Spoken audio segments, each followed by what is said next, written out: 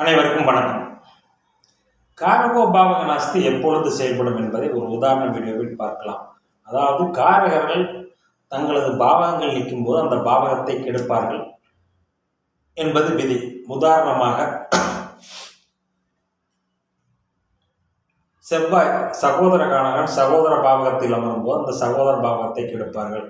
புத்திரகாரகன் குரு புத்திரஸ்தானத்தில் அமையும் போது அந்த பாவகத்தை கெடுப்பார்கள். கலஸ்தரகாரகன் சுக்கிரன் 7 அமரும் போது அந்த பாவகத்தை கெடுப்பார்கள்.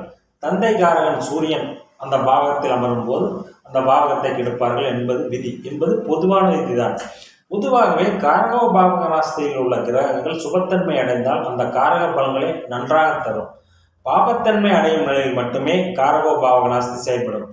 பாதகாதிபதியும் கேந்திராதிபதியும் சுபத்தன்மை அடையும் போது பாதக கேந்திர தோஷத்தை செய்வார்கள். ஆனால் காரகோ பாவனாஸ்தியில் இருக்கும் கிரகங்கள் பாபத்துவம் அடையும் போது காரகோ பாவனாஸ்தி கண்டிப்பாக செய்வார்கள் என்பதை இந்த உதாரண வீடியோ மூலம் நாம் தெரிந்து கொள்ளலாம். இந்த ஜாதகர் பிறந்தது பார்த்தீங்கன்னா 26/7/2001 2:22 PM அளவில் பிறந்திருக்கார்.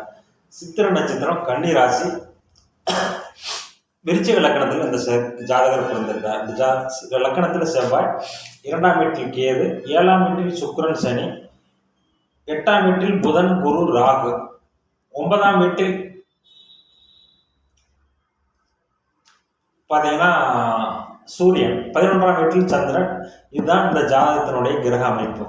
இந்த ஜாதகர் அதாவது செவ்வாய் திசை ராகு திசை ஆரம்பித்தவுடன் இந்த ஜாதகரின் குடும்பம் மிகுந்த பிரச்சனைக்கு உள்ளானது.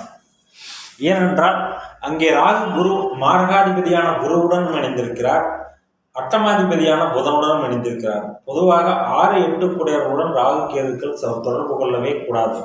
இந்த அமைப்பில் சூரியன் 9ஆம் இடத்தில் அமர்ந்து சனியின் பார்வையில் இருக்கிறார். ரொம்ப முக்கியமான விஷயம். 9ல் சூரியன் இருந்துட்டாவே காரகோ பாவனாஸ்தி அப்படின்னு எடுத்துக்க கூடாது. அங்கே சனியின் பார்வை, தனக்கு ஆகாத இருள் கிரகமான சனியின் பார்வையில் இருக்கிறார். அப்பொழுது தகப்பனுக்கு ஆகாது என்பது விதி.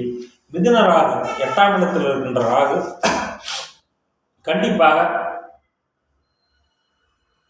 8ஆம் இட பிரச்சனைகளை தந்தே தீர்வார். 8ஆம் இடத்து புதனுடன் அட்டமாதிபதி புதனுடன் இணைந்திருக்கும் ராகு 8ஆம் இடத்து பலன்களை கண்டிப்பாக செய்வார். 8ஆம் இடம் என்கிறது எதிர்பாராத சம்பவம்.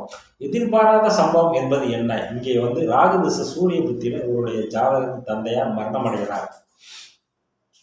ஏனென்றால் 9ஆம் அதிபதி சந்திரன் 11ல் அமர்ந்தாலும் 9ஆம் வீட்டை சனி பார்க்கிறார். சூரியன் சனியின் பார்வையில் இருக்கிறார். சனி சூரியன் சேர்க்கை பார்வை என்பது தந்தைக்கும் மகனுக்கும் ஆகாத நிலை. இங்கே அட்டமாதிபதி புதனுடன் இணைந்த ராகு அட்டமாதிபத்திய பலன்களை கண்டிப்பாக தனது தசையில் சந்தே தீர்வார். பொதுவாக மிதுன ராகு பெரும்பாலான நிலைகளில் நல்ல பலன்கள் செய்வதில்லை. ஆராய்ச்சி பண்ணி பார்த்தீங்கன்னா தெரியும், மிதுன ராகு பெரும்பாலான நிலைகளில் நல்ல பலன்களை செய்வது இல்லை. அதே சமயம் புதனுடன் இணைந்த ராகு இந்த ஜாதகருக்கு நல்ல கல்வியை கொடுத்தார். ஆதிபத்தியம் காரகத்துவம் என்றுக்கும் உண்டான வேறுபாடுகளை தெரிந்துள்ளோம். புதனின் அட்டமாதிபத்தியத்தையும் புதனின் காரகத்துவத்தையும் ராகு தனது தசையில் செய்வார்.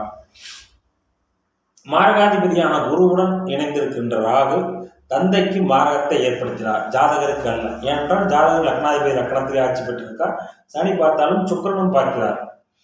இந்த அமைப்பில் காரகோ 9ஆம் இடத்தில் சூரியன் அமர்ந்து சனியின் பார்வை பெற்றதால் தகப்பனாருக்கு ராகு திசை சூரிய புத்தியில் தகப்பனாருடைய உயிர் பிரிந்தது. பெரும்பாலும் பார்த்தீங்கன்னா அதாவது ராகுவால் ஏற்படும் மரணம் யாருமே தற்கொலையாக இருக்கும்.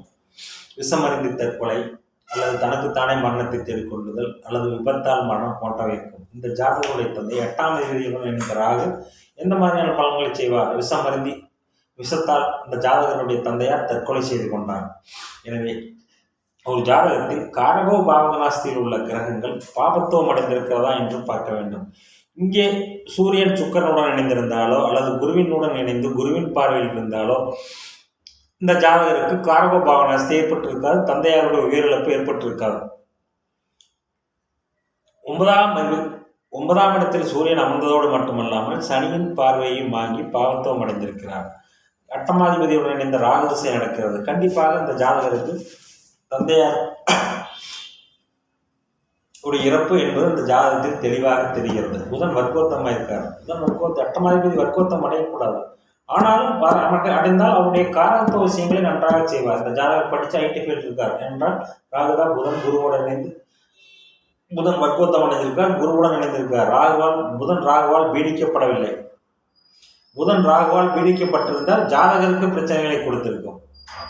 புதன் ராகுவால் பீடிக்கப்படாமல் புதனிடமிருந்து விலகி இருந்ததால் அட்டமாதிபதி தோஷத்தை அப்படியே எடுத்து செய்து சூரிய புத்தியில் காரகோபாவன அஸ்தி ஏற்பட்டு தந்தையாருடைய இழப்பு ஏற்பட்டது என்பதை இதன் மூலம் தெரிந்து கொள்ளலாம். நன்றி, வணக்கம்.